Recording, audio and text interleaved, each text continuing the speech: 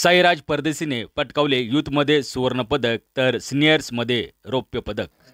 सुवा फिजी येथे सुरू असलेल्या कॉमनवेल्थ वेटलिफ्टिंग चॅम्पियनशिप स्पर्धेत नाशिकच्या मनमाडमधील जय भवानी व्यायामशाळेचा आंतरराष्ट्रीय खेळाडू साईराज परदेशी याने भारतीय संघाचे प्रतिनिधित्व करीत 81 किलो वजनी गटात यूथमध्ये 134 kilo snatch, 165 kilo clean jerk असे 299 किलो वजन उचलून चुरशीच्या लढतीत यूथमध्ये सुवर्णपदक तर सिनियर्समध्ये रौप्य पदक पटकावले।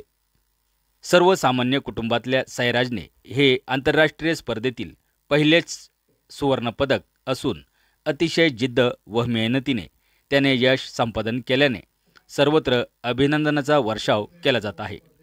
आवाज न्यूज मराठी, मनमाड।